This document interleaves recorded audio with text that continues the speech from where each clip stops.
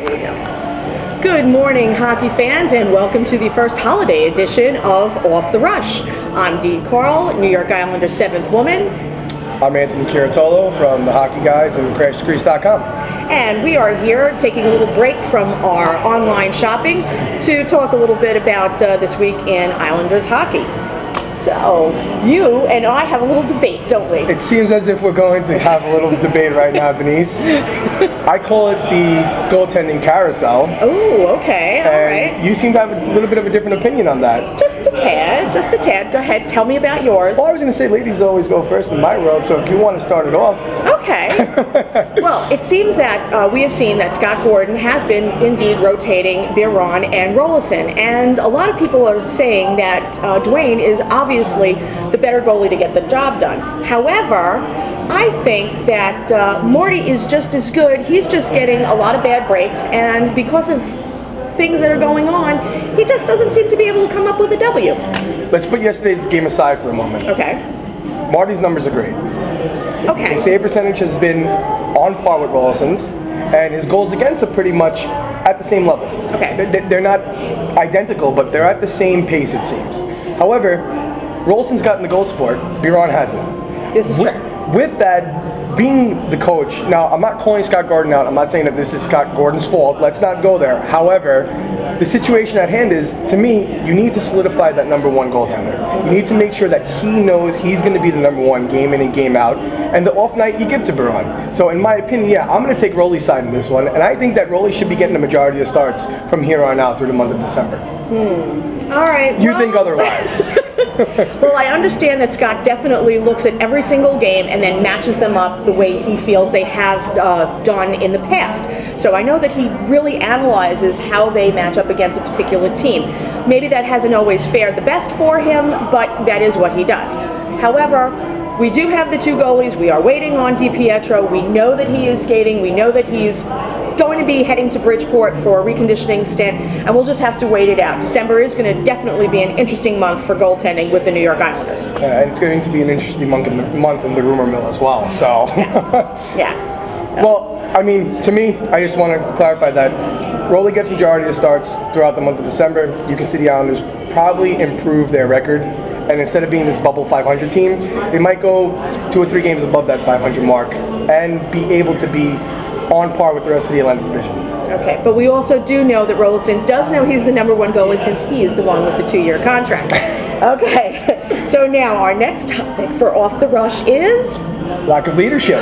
Leadership, well, a big thing.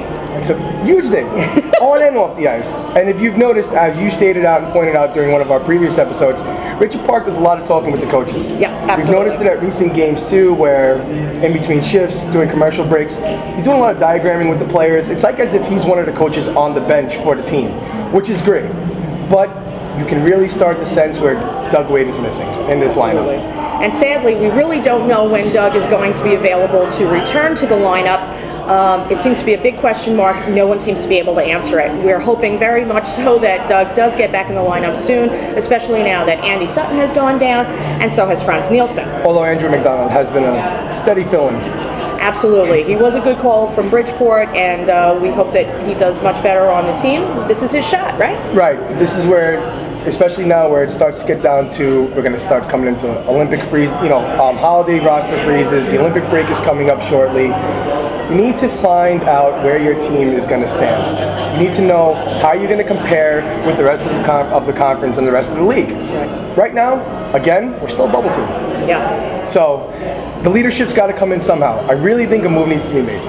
I'm not going to start throwing out names. And no, I really do. I think now is the time that they need to go out and acquire someone of a leadership role. Whether it's on the blue line or it's up with the forward units. Okay. Okay, Trent Hunter has been Trent Hunter. What can we say about him? It's been great. Park has played well. But when you look at the blue line now with Sutton down, all you really have back there is Brendan Witt. Mark Streit is a mature player. He's not really a veteran with leadership value just yet. Right. So for me, the best thing to do would go out and acquire a solid defenseman with that veteran leadership that he can bring to this team on and off the ice. They need it in the locker room, they need it on the ice, and they need it now. There's a good chance this team can make the playoffs. Yes, there is a good chance this team can make the playoffs as long as they can put together a disciplined team because we've seen a lot more penalties than we have before. Why is a 5-on-3 becoming a common theme every single game, it seems? I don't know, it's like Groundhog Day. Deja vu every game. You go around the game, you're going to expect a two-man power play for the opposition. So it's just becoming somewhat of a joke to me. So, I mean, the officiating around the entire NHL has been a joke. Okay. You would disagree with that as well? No. I know that it's very difficult to officiate a hockey game, but I can understand. Even Gordon had said yesterday in the post game, some calls might have been questionable, but he wasn't going to go there. He just said that the problems were a lack of discipline and a lack of patience. Patience is a virtue. They don't seem to have too much of it. Well, I like to bring out controversy when I talk, so to me, the officiating needs to step it up a notch. And it's around the entire league. It's not just against us. So, I mean, every game you hear complaints, every game the fans are going crazy. And it's time that, I don't know what it is. It's as if they're saying that now the officials are even minor league players, quote unquote, so to speak. They're skating at a minor league level. Something needs to be done. And the fact that it's been destroying us, great. The penalty kill has been fantastic. Aside from yesterday, 5-on-3s have been killed off almost every game. Right. Until yesterday. But again, I don't want to get too much into yesterday. Every team has one of those breakdown games. Right. And even Jack Hillen said he admitted that 2 of the power plays were because of his penalties, but the turnovers belong to everyone. So indeed, there is a lack of discipline, and it is showing. He also did say that it's only one game. They really have been able to put together a good start to the season, and there should be more good to come. Now, they are going to be heading out on their next leg of another road trip. We have Atlanta, Tampa, Flyers, and a Leafs game, and oddly, the Flyers game is going to be on Versus. What a game that's going to be for national television, don't you think? That might be scary. So. Again, though, Olympic break this year, look at how this scheduling has been. 7-game road trip. Now we're in the midst of a 5-game road trip. When's it going to end? Well, I don't know. There's also been a lot of back-to-backs for all of the teams throughout the NHL, trying to fit the 82-game schedule into a condensed area. A 2-week break, yeah. Yep.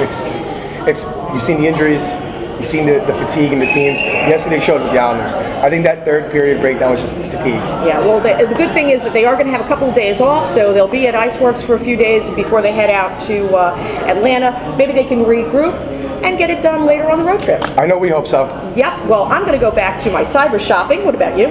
I'm going to go do some hockey, guys, today. Okay. I do know that with your cyber shopping, you have something you'd like to mention. Yes. If anybody needs a book for somebody, a hockey fan, on their holiday gift list, you should check out Who's Better by Stan Fischler and Chico Resch.